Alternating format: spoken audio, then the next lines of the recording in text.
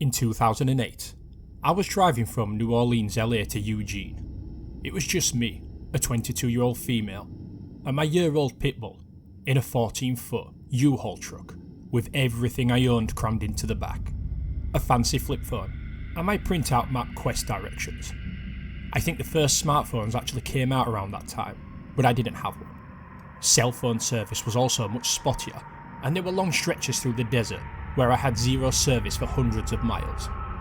I was driving a lonely stretch of highway through central Texas when I realised I hadn't seen a town or an exit for a very long time, and my giant U-Haul was really low on gas. Just when I'm starting to freak out and seriously run out of gas, I see a small town coming up.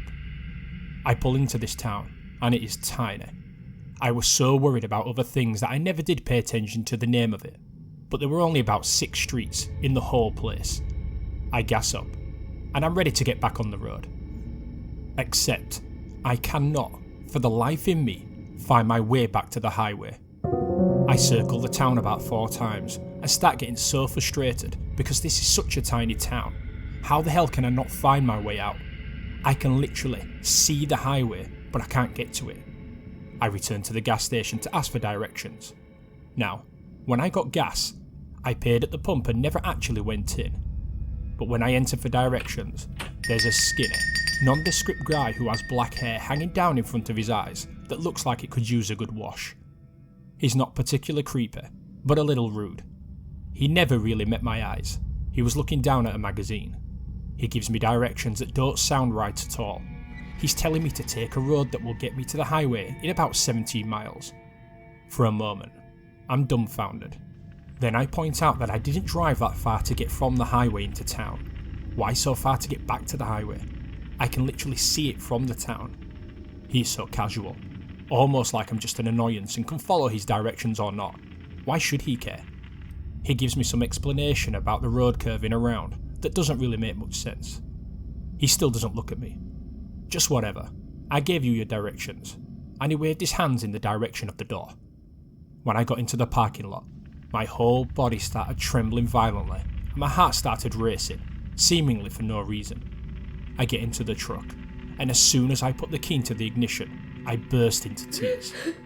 I had the most terrible feeling that, no matter how nonchalant he acted, this man had bad intentions. I didn't know what, but I knew right then and there that there was no way I was going to follow his directions. Yet this was the only store in this little town and, short of knocking on doors, there was no one else to ask for directions.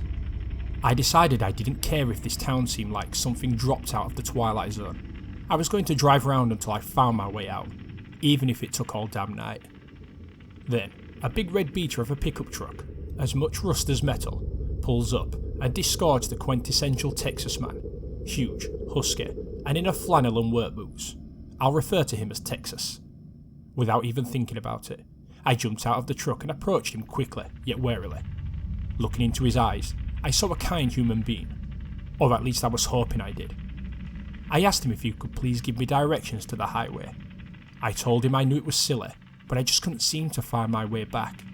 He looked concerned as I was visibly upset, so he made me laugh, and very cheerfully gave me directions for a hairpin curved turn-off right at the end of a small, concrete tunnel I'd passed several times. He said it often confused travellers because it was so hard to see, and he thinks they should put up signs. With a sinking feeling in my stomach, I asked him how far in miles was it back to the highway. He laughed and gave me a funny look. Miles, miss? I'd say it's a quarter mile at most. You can see the highway right from here. At this point, I couldn't help it. I had to know. What happens if I drive... And I gave him the directions the man in the store had given me. Texas looked at me very intently and asked me how I knew about this route.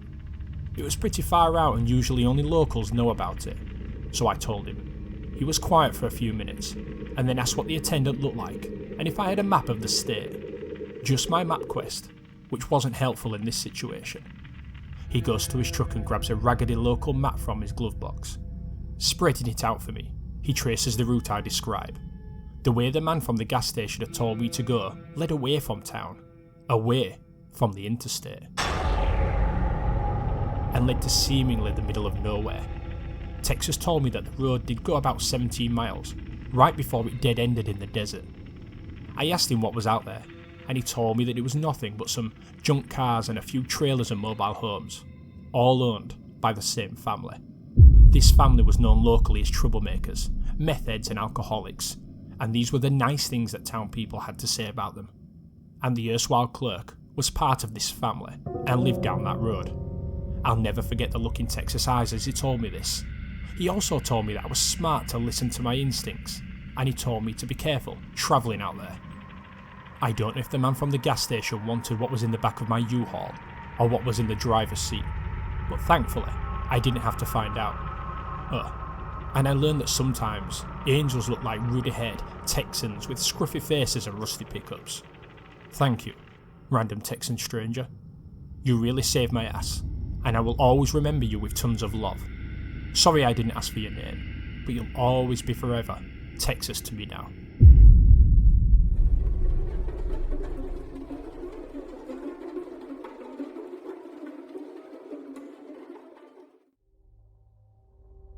I've never had much experience with any sort of paranormal activity, or will claim to have 100% seen an apparition, but I have an odd story from when I was a boy, living in a spot my father used to own back in the day. I was fast asleep one night, probably one of the most comfortable sleeps I've ever had as a child that I can remember, when I heard my name being called. It didn't sound sinister at all, more so like a parent trying to wake a kid up for breakfast, or to get them ready for school. As I woke up, I saw that it was still really dark out.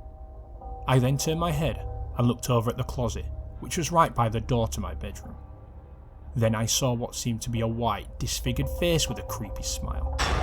It had a white hand and used its fingers to wave at me. Its body was pitch black. At first I thought I was seeing things, so I rubbed my eyes thinking it was just tiredness in effect. I opened my eyes again, only to my surprise, whatever it was still there, scarily smiling and waving. I was in total shock. I could feel my heart sinking deep into the pit of my stomach. I wouldn't dare speak, call it out, scream, or try to wake my brother up in fear this thing would come close to me and do God knows what. I used my blanket to cover up my entire body and pressed my back up against the wall from my bed. I would occasionally take a peek to see if it was still there. Every time I peeked, it was still standing in the closet, still smiling, and still waving. Eventually, I drifted off to sleep. I was raised Catholic, so at the time, going to church every Sunday was a must for my parents. And yes, that included saying a prayer right before going to bed every night. I guess in a way, this was sort of like a protection against any form of evil. I eventually told my parents about what I had seen, and for the longest time, I couldn't sleep without the closet door closed and the light from the hallway shining into my room. On occasion, I would ask my dad to sleep with me just so I wouldn't fear going to bed or staying up all night. I constantly had the worst nightmares any child would dread to have living there, and the series of events that played out in this property were a little too strange to be all coincidental. My uncles that spent the night at our house would oftentimes feel intense pressure on their chests as they slept. I remember my parents even calling a priest to do a blessing of our house and a blessing of our family. Eventually, my dad and his brother were constantly fighting in this property. Alcoholism and rage consumed my father, and I used to always have health issues. Fast forward to when I was about 13, the house in the front of the property caught on fire, leaving 2 casualties on the top floor. This happened right after Thanksgiving in 2007. Eventually my father hit rock bottom and had a wake-up call due to his alcoholic rage spells. When I was about 15 years old, my cousin's family moved into the spot my family used to live in. We moved to the unit right next door. I remember my cousin telling my mum that her 2-year-old daughter would oftentimes cry in terror, pointing to the same closet where I saw the figure and scream while kicking her legs around. I then wondered if maybe she saw the same thing I did when I used to live there.